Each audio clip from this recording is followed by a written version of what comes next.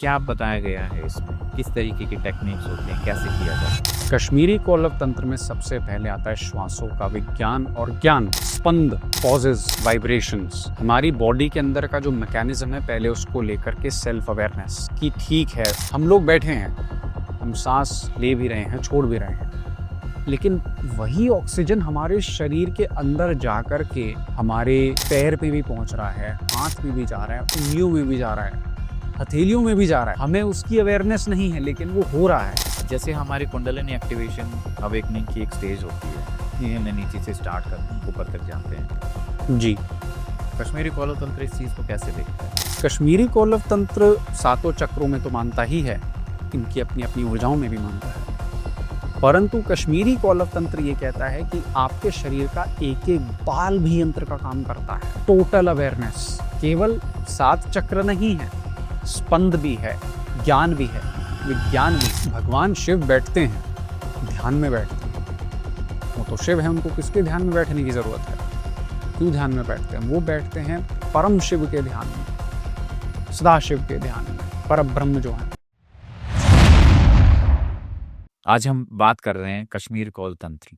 जी क्या होता है, अगर इसको डिटेल में जानना है? जी, जो ये टर्म है कश्मीरी कौल या कोलव तंत्र, ये 2 शब्दों के मिलने से बना है, कुल और अकुल। कुल यानी कि आपके आसपास का कुटुंब, आप खुद, आपकी सामाजिक जिम्मेदारियां। कोई इंसान है, वो एक बेटा भी है, एक फादर भी है, एक भाई भी है, एक दोस्त भी है, और अ, एक मतलब एक वर्कर है, या जो भी अपना कंट्रीब्यूशन वो समाज में दे रहा है, वो उसका टैग उसे लगा हुआ है। अकुल यानी कि अपनी सारी जिम्मेदारियों को साइड रख करके अपने आप को समझना, आप कौन है। केवल सिर्फ वो एक बाहरी दिया हुआ नाम नहीं जो हमारे माँ बाप ने हमें दिया है कि तुम इस नाम से बुलाए जाओगे, वो नहीं, ये शरीर नहीं, इसके अंदर और गहराई में जाते रहना, ये होता है अकुल। कुल अकुल मिलाकर के बनता है कोलव। अकुल क्या, जैसे कुल है तो वो थोड़ा सा सोफिस्टिकेटेड है, कुल जी थोड़ा सा डिफरेंट चला गया, ऐसा नहीं है? जी, एक अच्छा एक बुरा। इसको अच्छे बुरे के नजरिए से, क्योंकि जब हम कोलव तंत्र की बात करते हैं तो शुद्ध अशुद्ध, राइट रॉन्ग, ब्लैक वाइट खत्म हो जाता है। हम हैं, अच्छे हैं बुरे हैं, वो सब खत्म है, बस हम हैं। तो अकुल की जब हम बात करते हैं, अकुल यानी कि हम, ठीक है, कुल मैं और मेरा रोल जो मैं निभा रहा हूं इस समाज में, अकुल। फिर आपके अंदर जब ये अकुल का भाव आता है तो आप सोचते हो कि यार मैं कौन, मेरे अंदर की गहराई। कोलव यानी कि दोनों को साथ लेकर के चलना। कश्मीरी कोलव तंत्र एक ऐसा ज्ञान है जो कि कश्मीर शैव पद्धति का एक बहुत पुराना हिस्सा है, कश्मीरी शैविज्म का, और कश्मीर की घाटियों में काफी सालों से प्रैक्टिस होता आ रहा है। इसका ओरिजिन क्या कश्मीर से हुआ है? जी, कश्मीर के पहाड़ों से ही हुआ है, वहीं से ही निकला है। यहाँ तक कि कहा जाता है शारदा देवी ने ही इसका ज्ञान वहाँ के लोगों को दिया था। पहले नागों तक पहुंचा था, वहां से ऋषियों के पास पहुंचा था, फिर मनुष्यों के पास, और धीरे धीरे कश्मीर की घाटी में इसका प्रचलन बढ़ा। काफ़ी सारी ये पुस्तकें और ये ज्ञान अपौरुष थे, मतलब कि वर्बल पासिंग ऑन्स थी, और काफ़ी ज़्यादा इसको इन्वेजन्स की वजह से, जो आक्रमणकारी या जो भी चीज़ें हुई थी उस वजह से विलुप्त हो गया। बट जहाँ पे बात आती है कश्मीरी कोलव तंत्र की, उसमें सीधा सीधा शिव और शक्ति का मिलन बताया है। शक्ति क्या है, शिव क्या है, और ये दोनों कैसे हमारे भीतर भी हैं और बाहर भी हैं, और उनको दोनों को मिलाना कैसे है। बाहर का शिव और अंदर का शिव। बाहर का शिव जो मंदिरों में है, शिवलिंग में है, मूर्तियों में है, फोटोज में है, पिक्चर्स में है, जिसको आप बाहर खोज रहे हो कि शायद कैलाश में बैठे हैं, नंदी के साथ हैं, अंदर भी शिव है, और ये बात सत्य है। हम इंसान हैं, उसी का हिस्सा है। अंदर से खुद को पहचानना, अपनी महानता को जानना, यहाँ पे कश्मीरी कोलव तंत्र शुरू होता है, जहाँ पे सारी पूजा पद्धति, वैदिक ज्ञान, वैदिक क्रिया, वैदिक कर्म खत्म होते हैं, जहाँ उनकी लिमिटेशंस बन जाती हैं कि भाई यहाँ पे वैदिक ज्ञान और ये पूजा पाठ का आरती घुमाना, रिचुअल्स खत्म हो रहे हैं, वहां कश्मीरी कौलव तंत्र मात्र शुरू होता है। इतना गहरा ग्रंथ है, यहां तक कि विज्ञान भैरव तंत्र भी इसका एक छोटा सा हिस्सा था। इसी से ही निकला है विज्ञान भैरव तंत्र। जी, इसी का एक छोटी सी शाखा है विज्ञान भैरव तंत्र। यहां तक कि जो पूजा पद्धति की अगर हम बात करें, पंचमकार होते हैं उसमें। कई बार ऐसा सुनने में आता है, काफी लोग रील बनाते हैं, बताते हैं, मैंने खुद भी इस पे बनाई है। जैसे कि शिवलिंग के आगे जब हम पूजा करते हैं तो उसका एक अर्थ होता है कि जलाधारी के आगे नहीं बैठना चाहिए, क्योंकि वहां पे वाइब्रेशन सही नहीं होती हमारे उसे देखने के लिए, क्योंकि हमारा फेस साउथ की तरफ होगा और जलाधारी क्योंकि नॉर्थ ईस्ट की तरफ होती है, सामने हम बैठ जाते हैं तो दिक्कत होती है। परंतु शिवलिंग पे जो चीजें चढ़ाई जाती हैं, जल, दूध, दही, सिर्फ ये ही नहीं, कश्मीरी कौलव सिद्धांत में जब घाटियों में, जैसे कश्मीरी पंडित आज की डेट में जो महाशिवरात्रि भी सेलिब्रेट करते हैं, उसमें भोले बाबा को मीट चढ़ता है, मदिरा चढ़ती है। वही शिव हैं जिनको आप भी पूज रहे हो, वही शिवलिंग है, सेम टू सेम, बस उनके पूजा करने का तरीका अलग है। कारण ये है, द रीजन इज कि शुद्ध अशुद्ध का जो ज्ञान है कि क्या है अशुद्ध। अगर ये सब भी अशुद्ध है तो मैं भी अशुद्ध हूं, मलमूत्र तो मैं भी त्यागता हूं, मैं भी इंसान हूं, तो क्या वो अशुद्ध है? क्या उसमें शिव का प्रतीक नहीं है? कण कण में शिव है। तो जो एक माया का कॉन्सेप्ट है उसको अच्छे से समझना, यहां तक कश्मीरी कौलव तंत्र, आचार्य अभिनव गुप्त, मत्स्येंद्रनाथ जी, गोरखनाथ जी, ये अच्छे खासे प्रैक्टिशनर्स थे इस कला के और इस ज्ञान के। इसको आगे बढ़ाने में भी इन्होंने काफी मतलब एक योगदान रहा है। बाकी अगर और तंत्र की बात की जाए तो उससे कितना डिफरेंट है? जी, ये मान लीजिए कि कश्मीरी कौलव तंत्र में क्रियाएं बाहर की वाइब्रेशंस और तरंगे हैं, मंत्र आपकी सांस है, यंत्र आपका शरीर है। ये तीन चीजें हैं, आपको कुछ और नहीं चाहिए, बस। ये है कश्मीरी कौलव तंत्र। क्या टेक्निक हो सकती है? मान लो, अच्छा, अगर किसी को सीखना हो, जी, क्या इसका कुछ एक ऐसा क्राइटेरिया होता है कि सबसे पहले अपने शरीर को उस लेवल तक लेके जाना, उसके जी, बाद बिल्कुल, प्रैक्टिस कर सकते हैं? बिल्कुल। कारण ये है कि जब तक आप गंभीरता को नहीं समझोगे तब तक आप इसे प्रैक्टिस नहीं कर पाओगे। योग, जिसमें कि हठ योग भी आता है, जिसमें कि शरीर को एक्सट्रीम पोजीशंस में डाल करके ब्रेथ रिटेंशन और ब्रीदिंग वर्क करा जाता है, श्वास पे ध्यान किया जाता है। कारण सिर्फ ये क्योंकि शरीर यंत्र है। यदि अब यंत्र का मतलब हुआ एक एक उंगली, एक एक जो अंग है उसमें रक्त दौड़ रहा है, वेन्स के थ्रू जो है फ्रीक्वेंसीज में ब्लड रश कर रहा है, उसकी वाइब्रेशंस को पहचानना, सुनना और तरंगों पे काम करना, ये है कश्मीरी कौलव तंत्र। बिल्कुल बेसिक क्रियाएं होती हैं।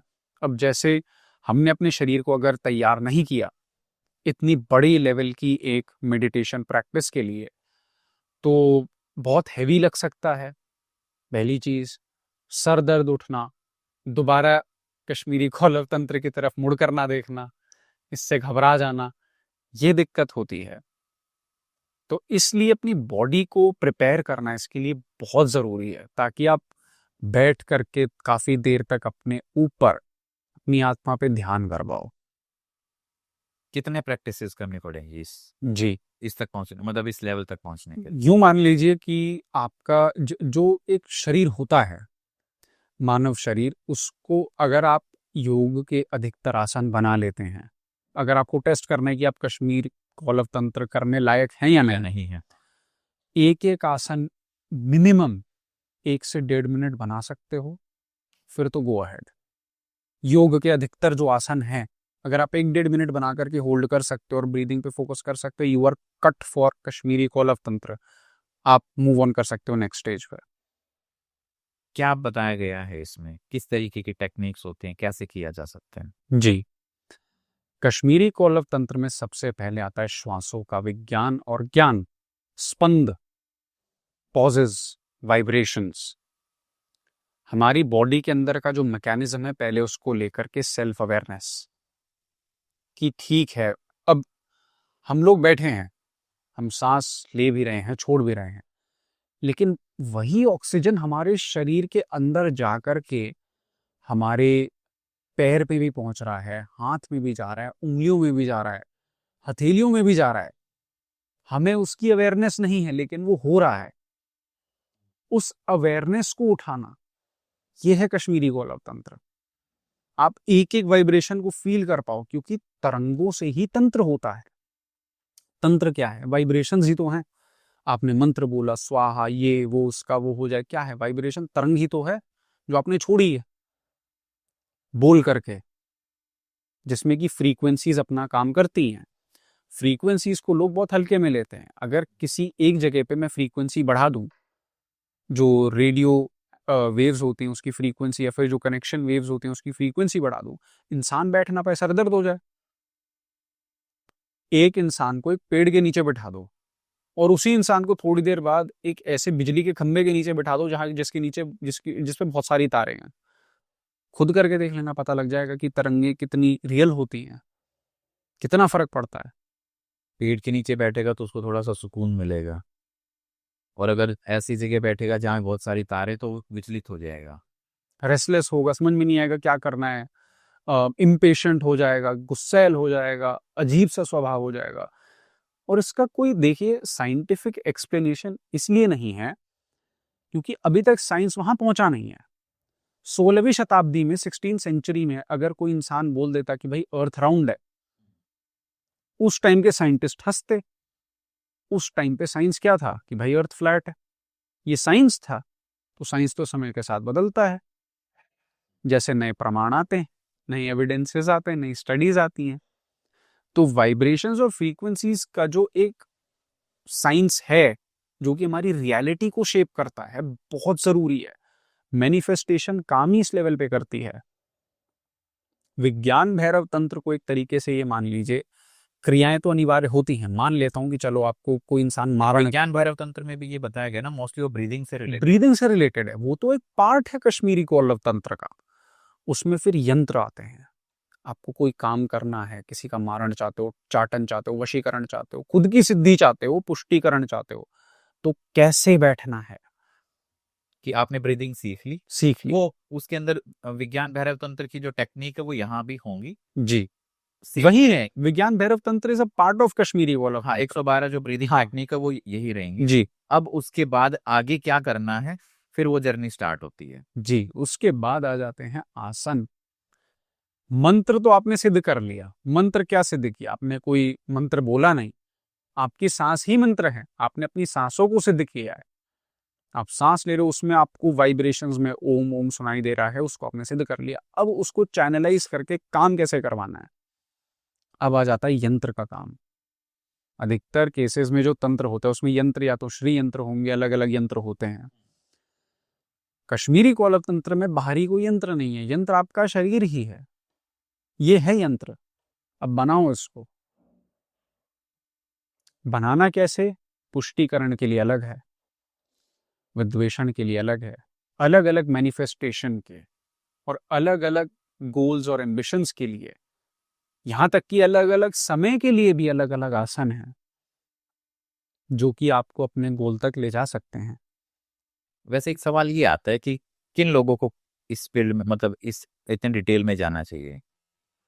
कश्मीर कौल तंत्र किसको प्रैक्टिस करना चाहिए? जी, ये तो हर मनुष्य को करना चाहिए। मैं तो ये बोलूंगा हर इंसान को करना चाहिए। क्या बेनिफिट हो सकता है इससे? सेल्फ अवेयरनेस, आत्मिक ज्ञान, मन का शांत रहना।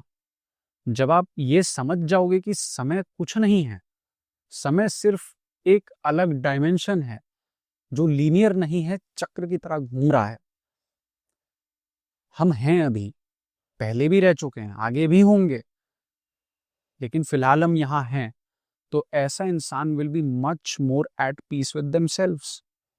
कॉन्फ्लिक्ट कम होगा, मन शांत रहेगा, माइंड पीस में होगा और ज्यादा फोकस्ड होगा जो भी काम करना होगा उसके लिए। तो तीसरी चीज आ जाती है। पहले तो हमने मंत्र हो गया, वो हमारे हो गए श्वास। दूसरी चीज होगा यंत्र, वो हमारे आसन, मुद्राएं। हाथों की हैंड जेस्चर्स और मुद्राएं कश्मीरी कौलव तंत्र में बहुत हैं, अलग अलग पर्पसेस के लिए। कि ठीक है, चलो आपने ऐसे समझ के देखिए कि श्वासों से आपने नाड़ियों को पकड़ा, आइडेंटिफाई किया कि हाँ यार मेरे बॉडी में सुषुम्ना नाड़ी इधर है, मेरे को पता लग गया। अब उसमें कुंडालिनी को ऊपर ले जाना, यहाँ पे तो आ जाएगा आपका योग, मुद्राएं और यंत्रों का काम, क्योंकि शरीर ही यंत्र है। तो शरीर से यंत्र का काम करवाना वो हो गया आसनों के द्वारा। तीसरी चीज होती है क्रिया। क्रिया में क्या होता है, अब आपने दो चीजें तो कर ली। तंत्र में जो भाव होता है इतना इंपॉर्टेंट होता है कि आप क्यों मान लीजिए बिना भाव के आप कोई भी तंत्र नहीं कर सकते। आपने मंत्र सिद्ध कर लिया, किसी का वशीकरण करना है, उच्चाटन करना है, जब तक आपका भाव क्लियर नहीं है आप नहीं कर पाएंगे। भाव क्लियर रखना पड़ेगा। उसके बाद लास्ट स्टेज आती है रियलिटी को शेप करना, जो कि सबसे खतरनाक चीज है। जिस इंसान ने कश्मीरी कौलव तंत्र सिद्ध कर लिया वो कुछ भी, मतलब कुछ भी कर सकता है। उसकी आवाज ब्रह्म की वाणी है, जो उसने बोला है वो होगा, जो वो सोच रहा है वो होगा, वो सोचेगा और हो जाएगा। जो इंसान कश्मीरी कौलव तंत्र में, बिकॉज कई मेडिटेशन क्लासेस मैंने दी हैं कश्मीरी कौलव तंत्र को लेके, हठ योग को लेके, इनके आसनों को लेके, एस्ट्रल प्रोजेक्शंस भी होते हैं। उन्होंने सोचा और वो हो गया। और ऐसा नहीं कि आसपास की चीज में, बड़े केसेस में ये मैनिफेस्टेशन स्ट्रांग हो जाती है इससे। मैनिफेस्टेशन रियल हो जाती है, इससे स्ट्रांग नहीं होती। आप हो, आप ब्रह्म स्वरूप बन गए, जो आपने चाहा है वो होगा, रियलिटी शेप हो जाएगी वैसे। लेकिन इसका खतरा भी है। इंसान तो इंसान है, मानव का दिमाग भी है, इंसान डरता भी है, पैरानॉइड भी होता है, घर वालों को लेके घबराहट भी होती है, कल को ऊंच नीच ना हो जाए, कुछ हो जाए। सोच लिया ना, हो जाएगा फिर वो। इतना आसान भी नहीं है, रिस्पॉन्सिबिलिटी भी बहुत बड़ी है। आप घबराहट नहीं रख सकते अपने मन में किसी चीज को लेके। ये बहुत बड़ी दिक्कत है कश्मीरी कौलव तंत्र अगर कोई कर रहा है तो। Be careful, be very very careful with your वाणी एंड योर थॉट्स। जो बोलोगे होगा। जैसे हमारी कुंडलिनी एक्टिवेशन अवेकनिंग की एक स्टेज होती है कि हम नीचे से स्टार्ट कर ऊपर तक जाते हैं। जी। कश्मीरी कौलव तंत्र इस चीज को कैसे देखता है? कश्मीरी कौलव तंत्र सातों चक्रों में तो मानता ही है, इनकी अपनी अपनी ऊर्जाओं में भी मानता है। परंतु कश्मीरी कौलव तंत्र ये कहता है कि आपके शरीर का एक एक बाल भी यंत्र का काम करता है। Total awareness. केवल सात चक्र नहीं है, स्पंद भी है, ज्ञान भी है, विज्ञान भी है। आत्मा त्वम गिरिजामति सचार पाद्यो शरीरम ग्रहे पूजा ते विषय भोग अर्चना निद्र समाधि स्थिति सचार पाद्यो प्रदीक्षण स्तोत्राणि सर्वगिरहो यद कर्म करोमि तदखिलम शंभूतारावधनम। आत्मा, आत्मा का ज्ञान, शरीर का ज्ञान, गहराई में उसको समझना, यहां तक कश्मीरी कौलव तंत्र। सातों चक्र तो हैं ही, लेकिन क्या ये केवल सात चक्र ही हमारा शरीर है? हाथ भी है मेरे, मेरी भुजाएं भी हैं, मेरी टांगे भी हैं, मेरे पैर भी हैं, मेरे सर पे केश भी हैं, मेरे नेत्र भी हैं, मेरे कान भी हैं, जबान भी है ना? अब हम अगर एक एक चक्र को देखें, अगर जैसे स्वादिष्ठान हो गया, स्वादिष्ठान चक्र है, विशुद्ध चक्र है, विशुद्ध चक्र कंठ पे है। परंतु केवल आपका शरीर, आपका कंठ तो है नहीं, जिह्वा भी है। The tongue is also there, the gums are there, the teeth are there, mouth है, सलाइवा है, उसका अपना एसिडिक कंपाउंड है। टोटल अवेयरनेस श्वासों की विधि द्वारा, ब्रीदिंग के थ्रू उस ज्ञान को जानना, शिव शक्ति का मिलन, यहां है कौलव तंत्र। शिव शक्ति कुछ बाहर नहीं है, बाहरी माया को ही शक्ति स्वरूप माना है कि ये आपकी हेल्प करेगी। ऐसा नहीं है माया आपकी हेल्प नहीं करेगी। वैसे इन जनरल ये कहा जाता है संसार माया है। कश्मीरी कौलव तंत्र कहता है संसार आपका एक हथियार है। संसार कहता है कि एक तरीके से आप यूं मान लीजिए कि माया बुरी चीज है, माया को त्यागो। कश्मीरी कौलव तंत्र कहता है माया का यूज करो हायर पर्पस के लिए। अधिकतर तांत्रिक ज्ञान ऐसा कहते हैं कि तंत्र करते समय सेलिबेसी रखनी चाहिए, स्त्रियों से दूर रहना चाहिए, संभोग नहीं करना चाहिए। कश्मीरी कौलव तंत्र उसी को ही हथियार बनाता है, चेतना के लिए, आत्मिक ज्ञान के लिए। उस सुख की अनुभूति के समय जब कोई इंसान संभोग कर रहा होता है, तब मैनिफेस्टेशन लेवल और स्टेज सबसे ज्यादा होती है। ये बात मजाक की नहीं है, कई लोग इसको लाइटली ले सकते हैं, इस बात पे हंस सकते हैं, इसको कुछ भी बोल सकते हैं, बट ये बात फैक्ट है। उस टाइम पे आपकी बॉडी की एनर्जीज और वाइब्रेशंस मैक्सिमम होती हैं, एक ऐसे लेवल पे होती हैं जो शायद साइंटिस्ट्स भी एक्सप्लेन नहीं कर सकते। जब कोई एक मेल या फीमेल क्लाइमेक्स पे होता है एक सेक्सुअल एक्ट के समय, यहां आ जाता है अघोर पंथ, घृणा से परे, कि घिन से ही परे है पंचमकार, वामाचार तंत्र, घिन ना करना, घृणा ना रखना किसी भी बाहरी चीज से कि यार ये अशुद्ध है। शुद्ध अशुद्ध क्या है? एक स्टेट ऑफ माइंड है। ऐसे तो जब हम बच्चे थे, हम टॉयलेट कर देते थे तो हम तो अशुद्ध हो गए, माँ बाप को फेंक देना चाहिए था हमें। फिर भी ये एक भाव रहता है, एक ये सही गलत के बीच में जो एक डेफिनेट लाइन है कि दोनों एक पहलू हैं एक ही सिक्के के, वो है कौलव तंत्र। अगर मोटा मोटा ये समझा जाए, it's a part of like योग क्रिया, मेडिटेशन, इससे रिलेटेड ये ज्यादा है एज कम्पेयर टू किसी देवी देवता की साधना। जैसे तंत्र की जब हम बात करते तो कई बार ऐसा बोलते हैं महाविद्या का रोल आता है इसमें, तो ऐसा एज सच इसमें किसी पर्टिकुलर देवी देवता से रिलेटेड भी चीजें होती हैं। जैसे मैंने बोला शिव और शक्ति, तो हमारे शरीर के अंदर ही है शिव और शक्ति जी ना, वही करते हैं। लेकिन क्या इसमें किसी पर्टिकुलर अलग से किसी देवी देवता का भी महत्व होता है, जैसे तंत्र में महाविद्याओं का है, क्या वो यहाँ भी है? देखिए, इन सब का ज्ञान होना जरूरी है कश्मीरी कौलव तंत्र प्रैक्टिस करने के लिए। आपको पता होना चाहिए फॉर्म्स ऑफ शक्ति, फॉर्म्स ऑफ एनर्जी की क्या है, उनको अप्रोच कैसे करना है। वरना देवी देवता का जो ज्ञान है वो ऐसा रहेगा कि बाहर आपने खोजा शिव को, उसी लेवल और इंटेंसिटी से क्या आप अपने आप को भगवान मान करके अपने शरीर के अंदर खोज पाओगे? भाव तो उतना ही चाहिए। जैसा कि आपका प्रश्न था कि बाहर कोई मूर्ति, प्रतिमा, यंत्र इत्यादि रख सकते हैं या आवश्यक है ये भी या नहीं, तो कश्मीरी कौलव तंत्र बहुत ज्यादा वास्ट है, डिपेंड करता है। एवरीथिंग डिपेंड्स आपके एम पे, आप क्या चाहते हो। सिंपल, क्योंकि हर इंसान आज की डेट में इतना बड़ा एम नहीं रखता कि मैं देवताओं को बंदी बना लूं, मेरे अंडर काम करे, स्वर्ग में मेरा आधिपत्य हो, मेरे को इस लोक में ही आधिपत्य चाहिए। इंसान का एम सिंपल रहता है, भाई जो मैं चाहता हूँ मुझे मिल जाए, मेरे दुश्मन खत्म हो जाए, पैसा मिल जाए। गाड़ी, पैसा वैसा ये सब आ जाए। तो उस लेवल ऑफ कश्मीरी कौलव तंत्र के लिए बेसिक और बेसिक हद से हद पंच महाभूतों में से कोई एक महाभूत चाहिए होगा।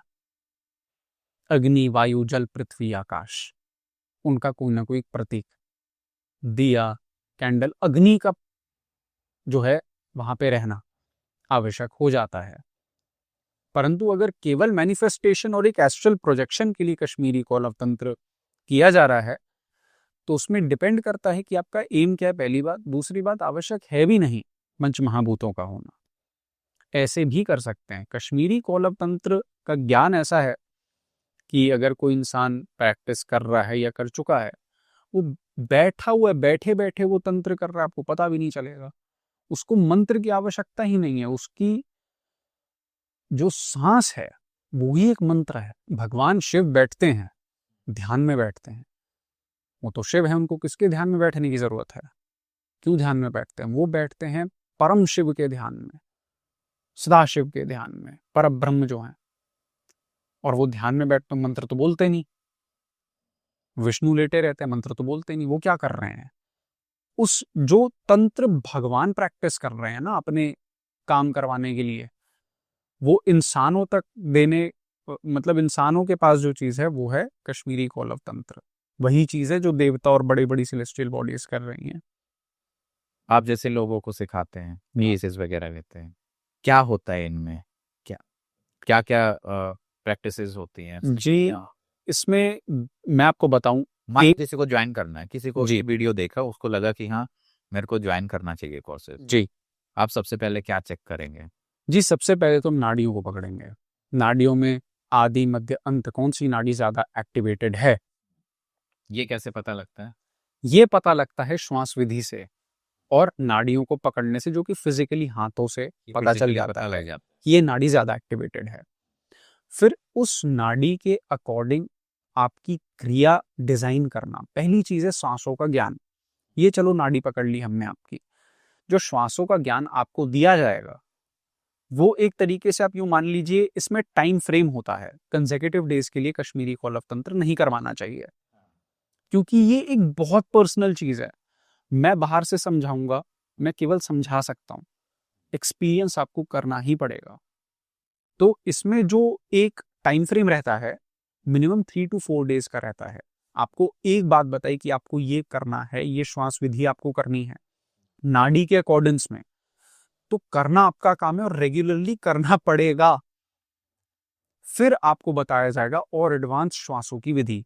2 मैक्सिमम क्लासेस रहती है श्वासों की विधि पे, जिसमें कि एक्सप्लेन किया जाता है 2 घंटे में कि आपको कैसे श्वास लेना है, छोड़ना है, सारी चीज़ें।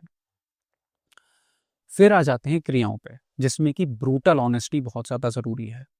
लोगों को ऑनेस्ट रहना ज़रूरी है, कोई जज नहीं करता। यहाँ तक कि अगर अपने मेडिटेशन से या तंत्र से किसी को मारना भी चाहते हो ना, तो सच बोलो, कोई जज नहीं करता। एटलीस्ट जो एक्चुअल गुरु होगा, जिन्होंने इन चीज़ों को स्टडी किया होगा, वो जज नहीं करेगा। ढंग का गुरु कभी भी सही गलत आपको बताता नहीं है, जज नहीं करता है, आपको गाइड करता है, आपकी मदद करता है, वो होता है गुरु। अब योग पे जब हम आते हैं आसनों पे, उसकी होती हैं 3 क्लासेस, अगेन 2 आवर्स की, जिसमें कि अलग अलग आसन आपको करवाए जाएंगे और आसन सही से करना। क्योंकि 3 क्लासेस का कारण ये है कि उसमें हम ये देखेंगे कि आप आसन सही से बना रहे हो या नहीं, आपकी फिंगर्स और हैंड का जो एक पोस्चर है वो करेक्ट है या नहीं। है। जैसे हमारे नॉर्मल आसन हम देखते हैं, योग जी। के आसन होते हैं, पद्मासन, भुजंगासन, ये तरीके के होते हैं या एडवांस होते हैं इसमें? इसमें आसन थोड़े एडवांस हो जाते हैं। जैसे कुक्कुट आसन अधिकतर लोगों को दूसरा पता है, लेकिन तांत्रिक कुक्कुट आसन थोड़ा अलग होता है, वज्रासन थोड़ा अलग होता है, और ये बहुत गुप्त है। ये कहीं ढूंढने से भी योगा इंस्ट्रक्टर बताएंगे, वो बोलेंगे ये पद्मासन है, ये तंत्र में ये पद्मासन नहीं, दूसरे पद्मासन की बात कर रहे हैं, जिसमें कि सिमिलर पोस्चर है लेकिन हैंड मूवमेंट अलग है। फिर आता है मुद्राओं का ज्ञान। आपसे मुद्राएं बनवाएंगे, हाथ मुद्राएं, हस्त मुद्रा, और उस हस्त मुद्रा को बना करके कैसे सांस लेना है। काफी सारे टीवी सीरीज में, सीरियल्स में, मूवीज में देखा होगा, राक्षस बैठे हुए हैं, ध्यान लगा रहे हैं और भगवान प्रकट कर दिया। इसी विधि से किया था। वह कोई ऐसा दिखा सकते हो आप, अगर जी, पॉसिबल है कि कोई ऐसी मुद्रा वगैरह कैसे बनती है इसमें? कई सारी मुद्राएं होती हैं, जैसे सर्वयोनि मुद्रा है, अधिकतर लोग बनाते हैं, ये हो गई है। काली मुद्रा हो जाती है, सुमुख मुद्रा हो जाती है, यमपाश मुद्रा हो जाती है, शकट मुद्रा हो जाती है। काफी मुद्राएं हैं। लिंग मुद्रा हो जाती है, शुक्र मुद्रा हो जाती है, और जैसे फॉर एग्जाम्पल पाश मुद्रा। लोग क्या बेवकूफ़ी करते हैं, पाश मुद्रा ऐसे बना लेते हैं। पाश का मतलब होता है फांसना, फसाना। योगा इंस्ट्रक्टर से पूछोगे पाश मुद्रा, ये बता देगा, बोलेगा ये होती है पाश मुद्रा। पाश का मतलब होता है फसाना, जैसे पाश में फसाया है, जैसे नूज होता है। पाश मुद्रा एक्चुअल में बनाई जाती है हाथ ऐसे करके, फंसा के, यूं करके, ये होती है पाश मुद्रा। एक्चुअल जो तंत्र में होती है, गदा मुद्रा होती है, नाग मुद्रा होती है। तो ये मुद्राएं थोड़ी डिफरेंट है मेन स्ट्रीम तंत्र से, मेन स्ट्रीम पूजा पद्धति से। ये बहुत गुप्त मुद्राएं हैं। ये भी कैमरे के आगे केवल इसी पर्पज से हमने बताया। शांभवी मुद्रा हो गई, पद्म मुद्रा हो गई, तो इनका पर्पस क्या है। और चलो आपने श्वास विधि सीखी और मुद्रा भी बना ली, अब वो श्वास कैसे लेनी है मुद्रा बनाए समय और आसन बनाए समय। ऐसा नहीं आपको आसन भी अलग अलग ग्रहण करना पड़ेगा। दंडवत होके बैठना, घुटनों के बल बैठना, एक घुटना नीचे करके बैठना, अलग अलग अलग तरीकों से बैठना होता है। घुटनों के बल बैठ करके दोनों पैरों को विपरीत करके बैठना, फिर दोनों उंगलियों को पीछे से पकड़ना हाथों से, बड़ी जटिल मुद्राएं होती है, बहुत कॉम्प्लिकेटेड होती हैं ये नाथ संप्रदाय वाले जो गोरखनाथ जी थे, उन्होंने ये मुद्राओं से काफी क्रियाएं किया करते थे, वहां से हमें ये मिली हैं मुद्राएं, प्रकाशित हुई। फिर आ जाते हैं लास्ट में क्रिया। अब कोई तांत्रिक भी क्रिया करता है, उसमें नींबू मिर्ची जो भी छोड़ना है, तो भाव आवश्यक है। उस भाव को मैक्सिमम पोटेंशियल तक पहुंचाना कि बाहर में क्रिया की भी आवश्यकता ना पड़े और आपका काम हो जाए, ये है कश्मीरी कौलव तंत्र। कई केसेस में कई स्टूडेंट्स को जो मेरे पहले जिन्हें मैं सिखा चुका हूँ ये श्वासों की विधि और ये सारी चीजें, ये मुद्राएं, उनको एस्ट्रल प्रोजेक्शंस होते हैं। रात को वो कमरे में सो रहे थे, उन्होंने आंखें खोली, वो कहीं और थे, और उन्होंने स्लीप वॉकिंग नहीं करी, क्योंकि वो जिन फ्लैट्स में रहते हैं, जिन घरों में रहते हैं, वहां पे सीसीटीवी फुटेज होता है। बस उन्होंने आंखें खोली, वो कहीं और थे, वो यहाँ बैठे हैं लेकिन वो बैठ करके कहीं और घूम रहे हैं। इन क्लासेस में या फिर इन चीजों में ये बात देखी गई है, अगर कोई इंसान सिद्ध कर लेता है, मान लो आप बैठे हुए हो, आपने यहाँ पे श्वास विधि सारी चीजें कंप्लीट करके आपने ध्यान किया, उसके बाद आपको ये तक पता रहेगा कि बगल वाले कमरे में मैं अगर बोल दूं किसी को कि भाई वहां पे जाओ, अपने हाथों से नंबर्स बनाओ, आप बता दो कि ये नंबर बना हुआ है वहां पे। ये एडवांस लेवल अगर मतलब जो अचीव कर लेते हैं जी तो होगा। जी। तो जैसे हम क्रिया की बात कर रहे हैं, तो किस टाइप की क्रिया इसके अंदर होती हैं? क्रियाएं सिंपल होती हैं, मानसिक मानसिक क्रियाएं। मनोबल इतना बढ़ जाता है कि आप अपने मन से ही क्रिया कर देते हो। आपने बाहर नींबू मिर्ची ली नहीं, आपने अपने दिमाग से ऐसा विचार किया कि ऐसा हो रहा है, और वो क्रिया फिजिकली तो नहीं हुई, लेकिन उसका जो एक ऊर्जा और इफेक्ट मिलना था उतना ही है, उससे ज्यादा मिल रहा है। हाँ, कोई फिजिकल बाहर की कोई चीज इन्वॉल्व नहीं होगी, ये कुछ अंदर की ही चीजें होंगी। अंदर का ही है। शरीर यंत्र है, शिव शक्ति का मिलन। आप ये लगा लीजिए, शिव शक्ति के मिलन में बिना शक्ति के शिव में जो श में ई की मात्रा है वो शव बन जाते हैं। इस वजह से कश्मीरी कौलव तंत्र के अलावा जो संप्रदाय हैं जिनमें यूं मान लीजिए वामाचार सिखाया जाता है, उसमें शव साधना बहुत जरूरी हो जाती है। कश्मीरी कौलव तंत्र में माया और आप तो अलग हो ही नहीं, आप तो माया को यूज कर रहे हो अपने लिए। माया को आप धिक्कार नहीं रहे, आप ये नहीं कह रहे माया गलत है, माया गलत है। जितना माया से दूर भागोगे उतना माया जकड़ेगी आप। इसका फाइनल स्टेज क्या होगा, या फाइनल कोई फाइनल स्टेज है ही नहीं? जी, इसकी फाइनल स्टेज आप यूं मान लीजिए कि फाइनल तो नहीं कह सकते, एडवांसिंग कह सकते हैं। एडवांसिंग ऐसे कि आप अलग अलग स्टेजेस पे आगे बढ़ रहे हो, आपने एस्ट्रल प्रोजेक्शन करी, आप बैठे हो। कई केसेस में मेरे स्टूडेंट्स अपने मरे हुए बैठे बैठे, अब कई लोग बोलेंगे इसने तो मोहिनी सिद्ध कर ली, उसने तो पिशाचनी कर ली। नहीं, उसने अपने आप को सिद्ध किया है, खुद को सिद्ध किया है।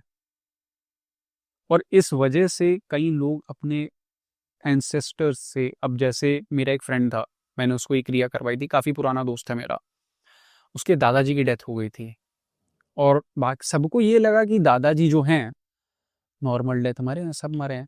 जब उसने एस्ट्रल प्रोजेक्शन करके अपने दादाजी से बात करी, तो पहले तो क्योंकि आज के डे एंड एज में सबको रहता है, उसको ये, मैंने भी ये कहा था कि कोई भी एंटिटी एनर्जी ऐसे फिजिकल फॉर्म में दिखे, क्लियरली उस पर विश्वास नहीं करा जाता, सीधा उससे कुछ प्रश्न पूछे जाते हैं।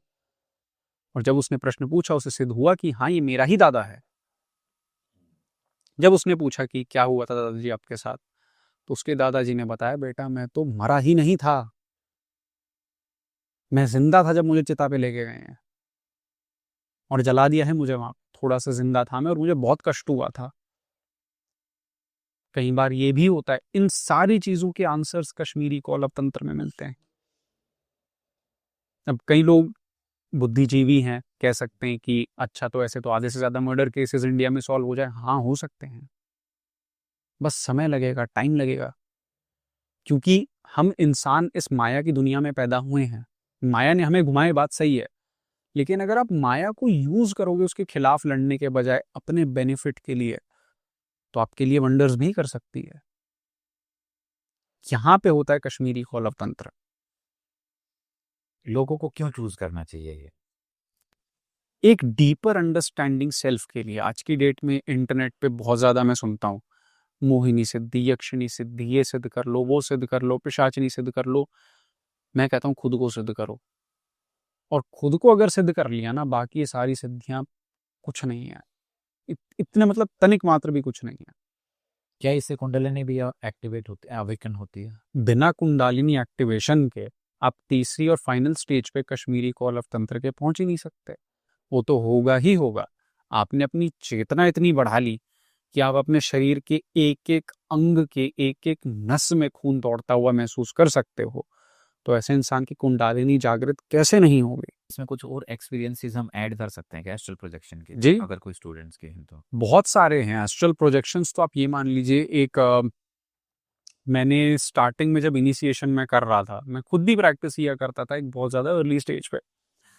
तब एक लड़का हुआ करता था हमारे साथ में ही, मतलब एक तरीके से नेबर तो नहीं कह सकते, बट म्यूचुअल फ्रेंड था फैमिली का। तो इस क्लासेस में, क्योंकि फैमिली में शुरू से ये चीज़ें चलती आ रही थी, जैसे जैसे इसमें इंटरेस्ट बढ़ा, उसने काफ़ी चीज़ें एक्सपीरियंस करी। उसने ये देखा कि उसकी मेमोरी रिफ्रेश हो रही है। जब वो पैदा हुआ था, जब उसने पहली बार वो मिल्क टेस्ट किया था ना, जो पहला फीड हुआ था उसका, उसे उसका टेस्ट मुंह में आ रहा था। एक एक मेमोरी क्लियरली और विविडली मूवी की तरह चल रही थी उसके सामने। ऐसी बातें जो उसे कभी याद भी नहीं थी। उसके जैसे कुछ खिलौने मेरे को आज भी याद है। वो एक कोई रुमाल नीला सा लेकर के अपने साथ चला कर सोया करता था जब बहुत छोटा था, उसके बिना सो नहीं पाता था। उसको काफी टाइम से मिला नहीं, अब बड़े हो गए सारे, भूल भाल गया। मैं ज्यादा समय की बात नहीं कर रहा, हम टीनेजर्स थे उस टाइम पे, 13-14 के। वो घर गया, उसने दराज के साइड में हाथ मारा, बेड के बगल में जो थी, नीचे हाथ निकाला, वहां से निकला। ये क्लैरिटी होती है, self awareness. Stress and anxiety वगैरह जो होती हैं उसके लिए कितना हेल्पफुल है? स्ट्रेस एंजाइटी की डेफिनेशन ही भूल जाए इंसान। जब कश्मीरी कौलव तंत्र पे इंसान दूसरे स्टेज पे भी पहुंचेगा ना, तो स्ट्रेस, एंजाइटी और डिप्रेशन नाम की चीजों पे भी हंसेगा। कितने स्टेजेस होती हैं इसमें?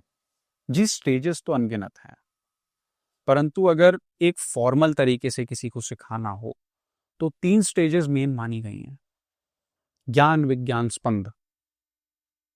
तो स्पंद की जो स्टेज है, जिसमें क्रियाएं आ जाती हैं, शिव शक्ति का फाइनल मिलन होता है और उनको एक तरीके से शरीर के अंदर जागृत करके आइडेंटिफाई किया जाता है, तो तब मैक्सिमम चीज शुरू होती है। वरना स्टेजेस तो इतनी हैं कि ज्ञान, विज्ञान और स्पंद, तो ज्ञान में क्या बताया जाता है? ज्ञान में सीधा होता है आत्मिक ज्ञान, श्वास ज्ञान, शारीरिक ज्ञान, तरंगों का ज्ञान। आप समझो कि आप बैठो तो आपको फील हो कि हाँ, आपके शरीर में खून दौड़ रहा है। हम जो सांस ले रहे हैं इसको इतना लाइटली नहीं लेना। ये जीव बीज है जो हमारे अंदर जा रहा है। हम सांस अंदर खींचते हैं, ब्लड अंदर गया है, पंप हो रहा है हार्ट से ऑक्सीजन के माध्यम से, और वो ब्लड पंप हो करके बॉडी के एक एक पार्ट में दौड़ रहा है। ना दौड़ पाए तो वो शरीर का अंग पर काटना पड़े। तो उसकी अवेयरनेस, वो ज्ञान, ये पहली स्टेज है। दूसरी स्टेज विज्ञान यानी कि साइंस, उसको चैनलाइज करना और अगले स्टेज तक ले जाना। आसन, हस्त मुद्रा, पोजेस, ये सारी चीजें आ जाती हैं। स्पंद एक तरीके से हमारे इस लोक के लिए फाइनल स्टेज कही गई है, इस ज्ञान के लिए नहीं।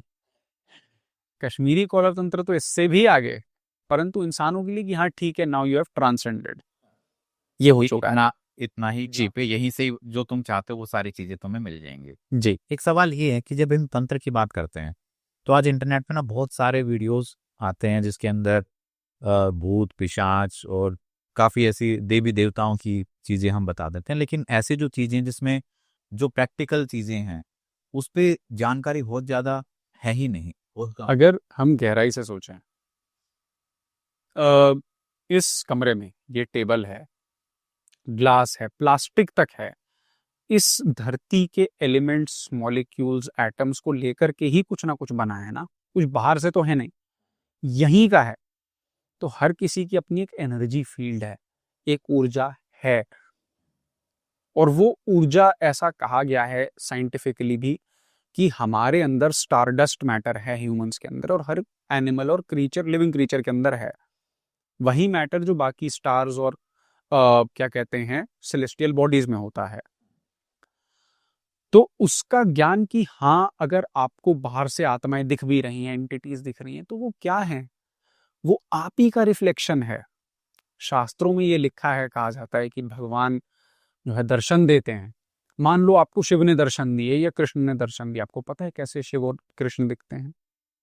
अभी तो हम जैसे विजुअलाइज कर सकते हैं, जैसे मूर्तियों में दिखते जी। हैं ऐसे ही हो। लेकिन प्रकट हो गए तो क्या मूर्तियों जैसे ही दिखेंगे, या इंसानों जैसे, या जैसा आप सोचते हो वैसा दिखेंगे? जैसा हम सोचते हैं वैसा दिखेंगे।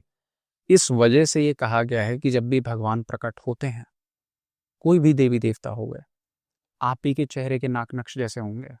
वो आप ही का रिफ्लेक्शन है, वो आप ही हो, आप ही का ही एक पार्ट है जो आप देख रहे हो। आप ही ने सोचा था, ये आप ही का भाव था कि शिव ऐसे हैं, वो दयालु हैं, मेरे पे दया करेंगे। लेकिन जो उनका चेहरा होगा एग्जैक्टली आप ही की तरह होगा। तभी अधिकतर महापुरुषों ने जब शिव या काली के दर्शन, किसी के भी दर्शन किए, तो सीधा ही बोलते हैं कि आप तो मैं ही हूं, आप तो मेरे जैसे ही दिख रहे हो। तब उन्हें उत्तर भी यही मिलता है कि हाँ वत्स, मैं तुम ही हूं।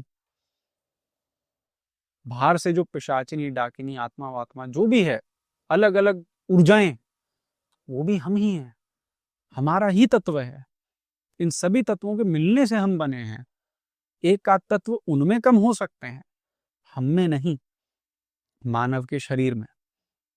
अब दो चीजें आप मान लेते हैं कि जैसे आपने देखा होगा, एक चिन्ह होता है स्टार का, सीधा त्रिकोण और उल्टा त्रिकोण। सीधा त्रिकोण भारी ज्ञान कि हाँ, मेरे ऊपर एक शक्ति है, जो कि अधिकतर लोग जैसे धर्म को मानते हैं ऐसे ही मानते हैं। ऊपर भगवान बैठे, लेफ्ट राइट सेंटर, इधर उस पहाड़ में भगवान है, मैं उधर मान रहा हूं उन्हें, और मेरा वो भला करें, प्रकट हो जाए। कि बाहर से कोई चीज हो, बाहर से मिरेकल चाहिए, ये भाव आवश्यक है। क्यों? क्योंकि हमें एज ह्यूमंस ये थोड़ा ग्राउंडेड रखता है कि भाई ज्यादा मत उड़, हमसे ऊपर भी कुछ है जो हमें फटकार लगाएगा, हमने कुछ उल्टा किया तो। पाप पुण्य का डर यहाँ पर आ जाता है।